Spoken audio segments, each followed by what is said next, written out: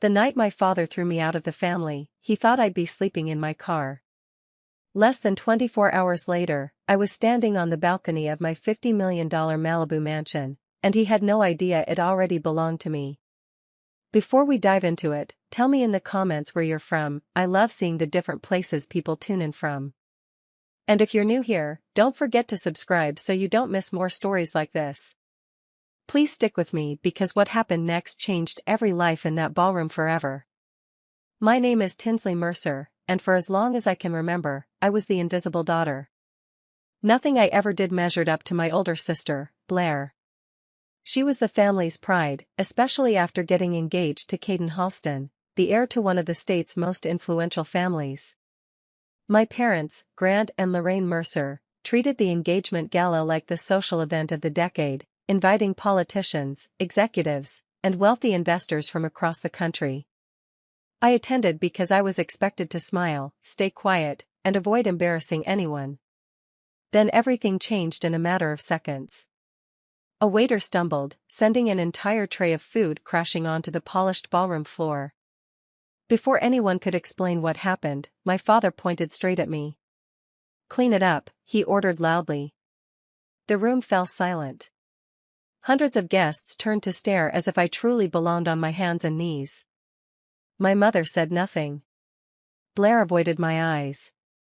Fighting back tears, I knelt on the marble floor and reached for the broken plates, believing this would be the most humiliating moment of my life. I couldn't have been more wrong. As I picked up the broken plates and wiped the spilled food from the polished marble floor, I tried to ignore the whispers surrounding me. Every stare felt heavier than the last, but none of it was new. I had spent my entire life carrying blame that never belonged to me. Whenever something went wrong in our family, I somehow became the easiest target. Blair was always celebrated. Her achievements were announced with pride, her mistakes quietly excused. Mine were remembered forever, even when I had done nothing wrong. My parents never bothered to understand the life I had built for myself. They believed I had settled for an ordinary career because I worked quietly in finance instead of attending charity galas or networking with powerful families.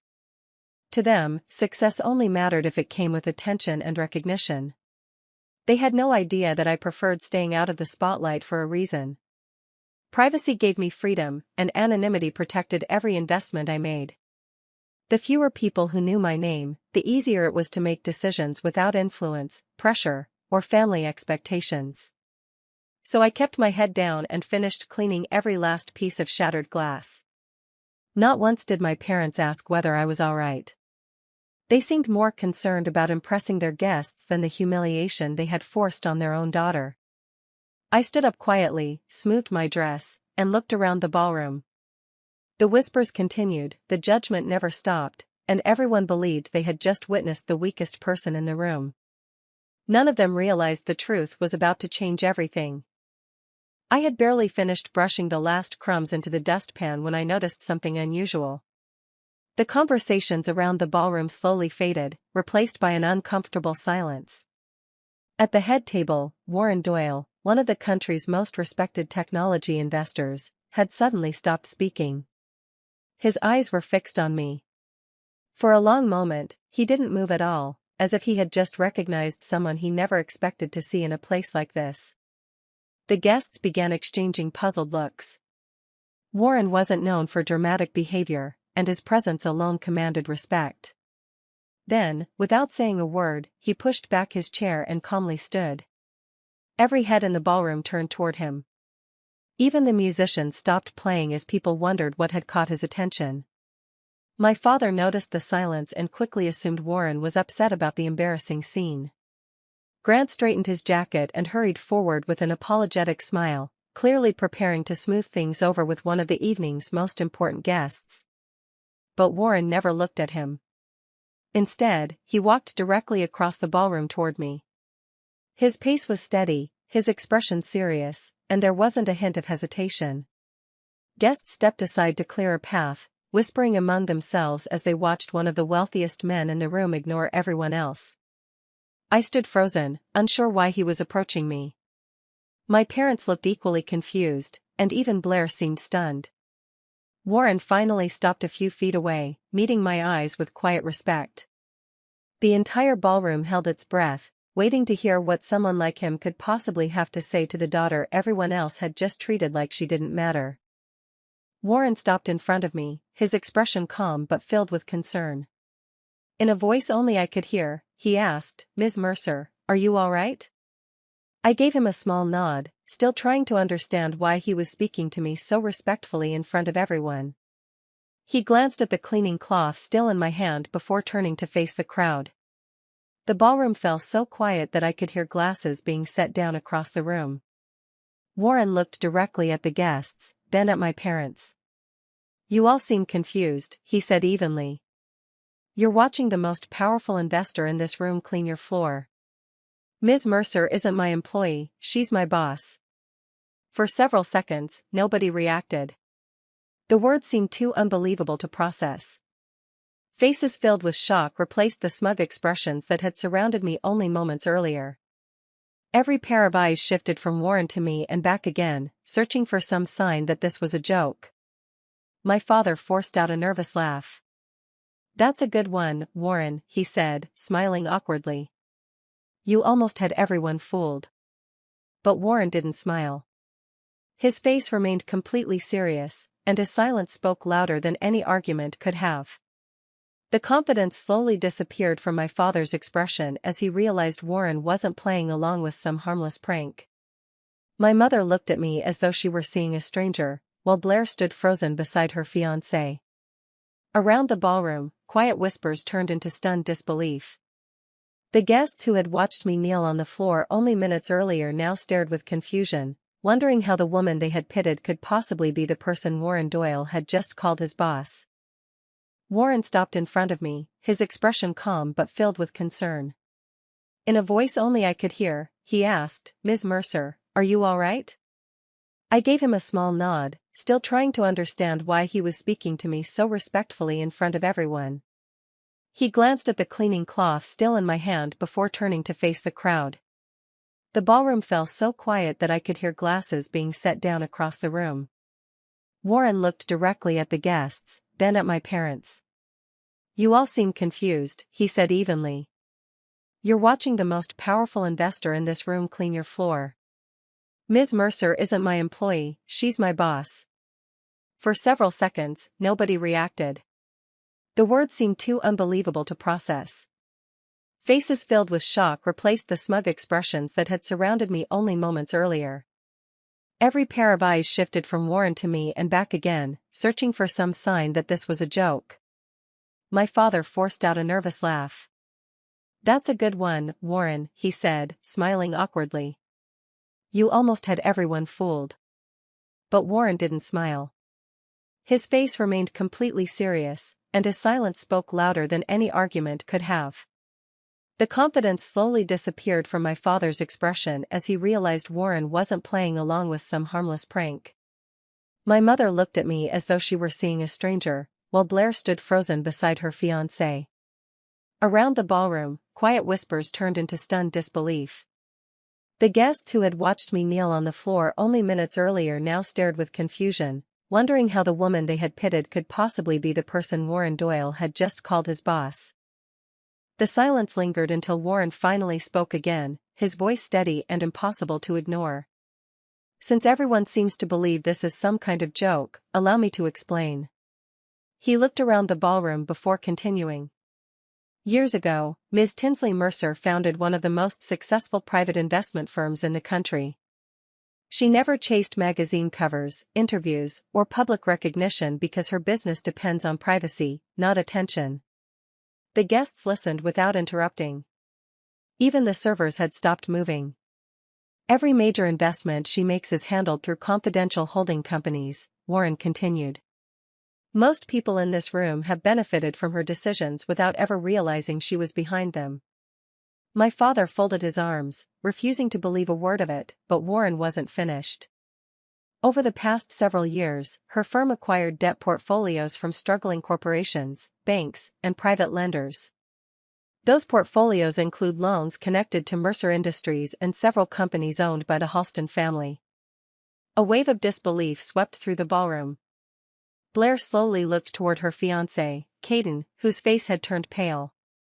The interesting part, Warren added, is that neither family ever knew who ultimately purchased those obligations. They assumed the ownership had simply changed hands through anonymous financial transactions. They never imagined the person holding those contracts was standing in their own home tonight. I remained silent while every eye settled on me once again. My parents had spent years believing I was the least successful member of the family. Now they were learning that the financial future of both powerful families had quietly rested in my hands all along, and they had never suspected it for a single moment. My father refused to accept what he had just heard. He stepped forward, shaking his head with a forced smile that barely hid his panic. "Enough of this," he snapped. "If you're trying to embarrass my family, you've gone far enough. Show me proof, because I don't believe a single word." Warren didn't argue. He simply nodded and reached for a leather portfolio one of his assistants had been carrying. He removed several neatly organized documents and handed them to my father without the slightest sign of emotion. "Everything is here," Warren said. "Ownership records, acquisition agreements, and corporate filings." Before my father could dismiss them, two attorneys who had accompanied Warren stepped forward. They introduced themselves and calmly confirmed that every document was authentic, legally binding, and fully verified. They explained that Tinsley's investment firm had legally acquired the debt portfolios years earlier through a network of confidential holding companies. The ballroom erupted into anxious whispers. Across the room, members of the Halston family hurriedly pulled out their phones, making urgent calls to financial advisors and attorneys. Their confident smiles vanished with every passing second. Caden stared at the documents in disbelief while Blair looked between him and our father, realizing the foundation of her future might not be as secure as everyone had claimed. Grant's hands trembled as he flipped through page after page, searching for some mistake that wasn't there. My mother stood speechless beside him, unable to deny what was unfolding before her eyes. Only minutes earlier, both families had carried themselves with absolute confidence, convinced they controlled the room. Now that confidence had been replaced by uncertainty, fear, and the painful realization that the person they had publicly humiliated possessed far more power than any of them had ever imagined. For a brief moment, I thought my parents might finally realize how deeply they had hurt me. Instead, my father's face turned red with anger. He crumpled one of the papers in his hand and glared at me as if I were the one who had done something unforgivable. "So this is what you've been hiding?" Grant shouted. "You let your own family believe you were struggling while you secretly built all of this behind our backs. How could you betray us like this?" His words echoed through the ballroom. Not once did he apologize for humiliating me. Not once did he admit he had been wrong. My mother stepped beside him, her expression cold. "Everything you have started with this family," Lorraine said. "You owe your success to us. The least you could have done was help us instead of keeping secrets." I looked at both of them without raising my voice. "You never asked about my life," I said quietly. "The only time you spoke to me was when something went wrong and you needed someone to blame. You celebrated Blair's achievements and ignored mine because they didn't fit the future you imagined." Neither of them answered. "I didn't hide my success from you," I continued. "You simply never cared enough to notice." The silence that followed felt heavier than any argument. My parents had no response because they knew every word was true. Warren stepped beside me without saying anything. I placed the cleaning cloth on a nearby table, straightened my dress, and walked toward the ballroom doors.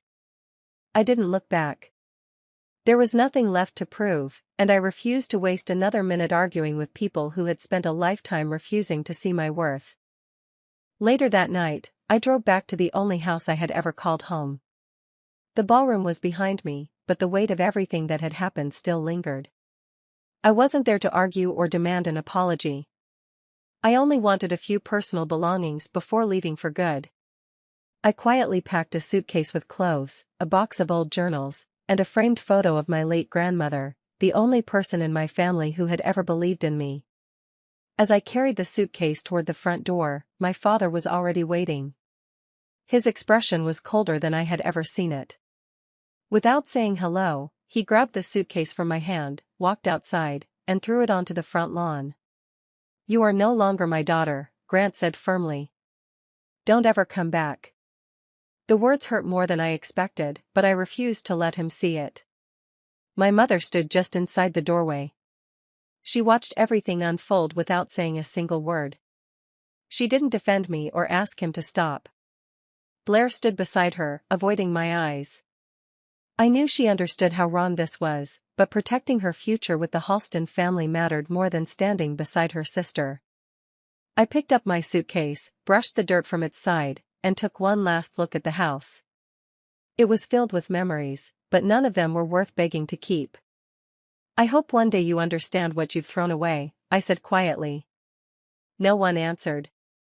I turned, walked to my car, and drove away into the darkness. I had no idea where I would spend the night, but I knew one thing with complete certainty: I would never ask for their acceptance again. The next morning, I woke up with swollen eyes after spending the night in a quiet hotel near the coast. My phone buzzed with a message from the luxury moving company I had hired weeks earlier. Everything was ready. I gave them the address, climbed into the waiting vehicle, and watched the city disappear behind us as we drove along the Pacific coast. When the gate slowly opened, the estate came into view. Perched high above the ocean, the Malibu mansion stretched across the cliffs with floor-to-ceiling windows reflecting the morning sun. Waves crashed against the rocks below, and the view seemed endless. Months earlier, one of my investment companies had quietly purchased the property as a long-term investment. I had planned to move in eventually, but I never imagined it would become my new home so suddenly. The movers carefully carried my belongings inside while I wandered through the spacious rooms, still trying to accept that this place truly belonged to me. Every detail had been designed for peace rather than luxury alone. It wasn't a trophy to impress anyone. It was a place where I could finally breathe. I stepped onto the wide balcony overlooking the Pacific Ocean. A cool breeze swept across my face as I watched the waves roll toward the shore. For the first time in years, there was no criticism waiting for me, no comparisons, and no pressure to earn someone's approval. Losing my family still left an ache that couldn't disappear overnight.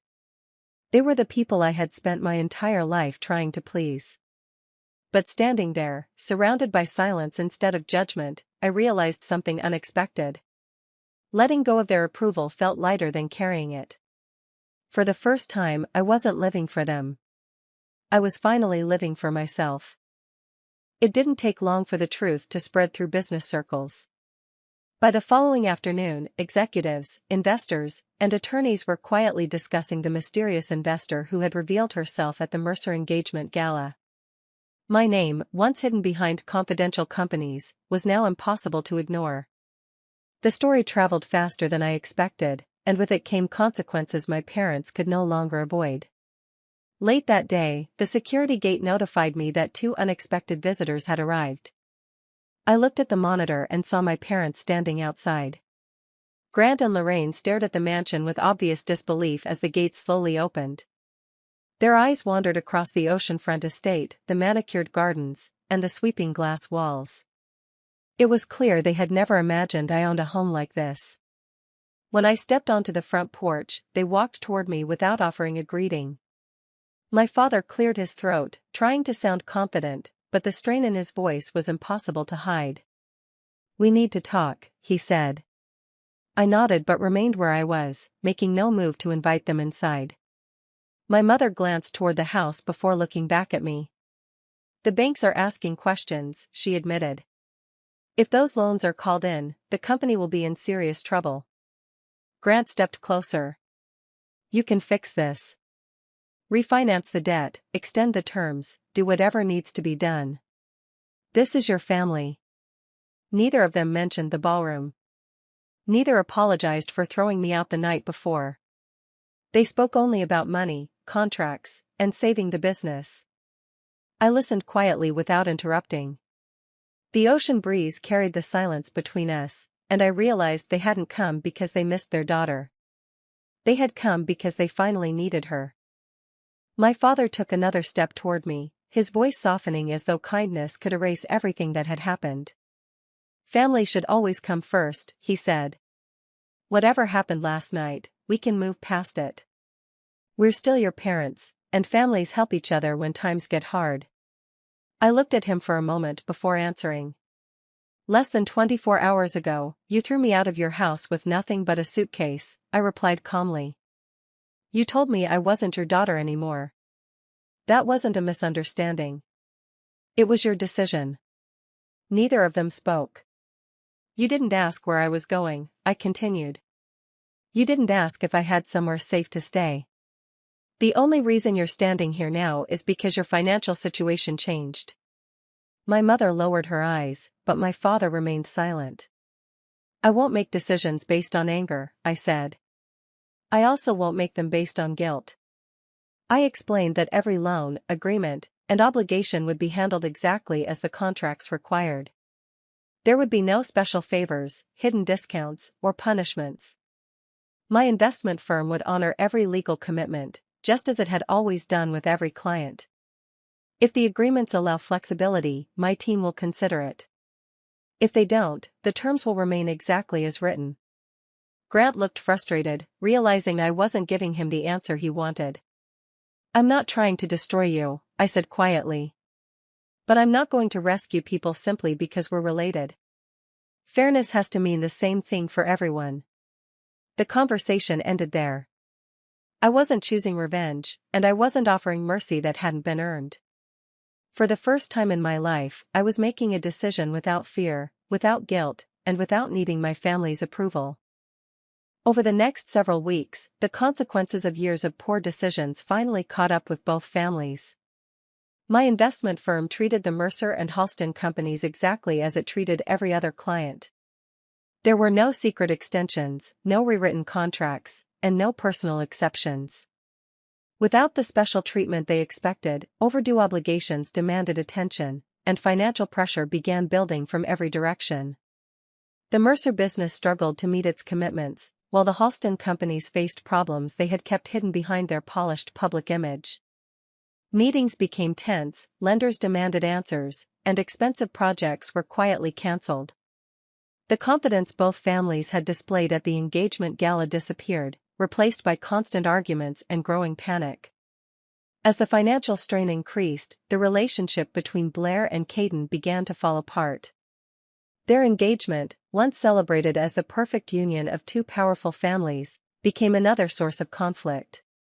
The Mercers accused the Halstons of hiding the true condition of their business, while the Halstons insisted the Mercers had done exactly the same. Every conversation ended with more blame than solutions. Watching everything unfold was painful, especially for Blair, who had dreamed of a happy future. But the foundation of that future had been built on appearances instead of honesty, and it couldn't survive the truth. My father slowly began to understand what he had lost. The people who once admired him were no longer impressed by his reputation. Respect could not be demanded through wealth, influence, or pride. It had to be earned through character, and after years of humiliating and rejecting his own daughter, he finally realized that lesson had come far too late.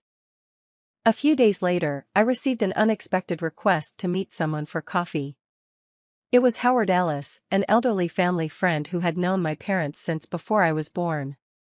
He had attended birthdays, holidays, and every important family event I could remember. Curious, I agreed to meet him. After a few minutes of quiet conversation, Howard let out a heavy sigh. "There's something I've wanted to tell you for years," he said. "I always knew you had extraordinary talent. Even when you were young, it was obvious you saw opportunities other people missed. I watched you solve problems with patience and intelligence while everyone else overlooked you." I thanked him, but I couldn't hide my disappointment. "If you knew," I asked gently, "why didn't you ever say anything?" He looked down at his coffee before answering. "Because no one wanted to challenge your father's pride. Grant had already decided who his successful child would be. Speaking against him would have created conflict, and most of us chose the easier path." His honesty hurt more than I expected. As I drove home, I realized the deepest betrayal had never been that people underestimated me. It was that so many had recognized the truth and remained silent because protecting their own comfort was easier than defending what was right. That realization changed something inside me. I stopped wondering who should have stood beside me years ago and started focusing on the people who chose integrity without being asked. Those were the relationships worth keeping. From that day forward, I surrounded myself with individuals who valued honesty, loyalty, and character over reputation or appearances. For the first time, my life was built on genuine respect instead of approval, and I knew I would never settle for anything less again. Looking back, I often think about how everything changed because of one decision. My father believed throwing away his own daughter would protect his pride and reputation. Instead, that single moment became the beginning of everything he spent decades building falling apart. He didn't lose his business because of me. He lost it because he refused to value the people who stood beside him until it was too late. I never exposed my family to embarrass them. I never celebrated their struggles or looked for ways to make them suffer. When they came asking for help, I treated them exactly as I treated everyone else, with fairness, honesty, and respect for the agreements they had signed. The difference was that they expected special treatment simply because we shared the same last name. I couldn't give them what they had never been willing to give me, basic respect. One evening, I stood once again on the balcony of my Malibu mansion, watching the sun disappear beyond the Pacific Ocean. The house was beautiful, but it wasn't the reason I felt at peace. Money could buy comfort, security, and freedom, but it could never replace self-worth. For years, I believed happiness depended on earning my family's approval. I spent so much of my life trying to prove I was enough, never realizing I didn't need permission to recognize my own value. The greatest victory wasn't owning a $50 million home or building a successful investment firm. It was finally living without the constant need to impress people who had already decided I would never be enough. And that kind of freedom was worth more than anything money could ever buy.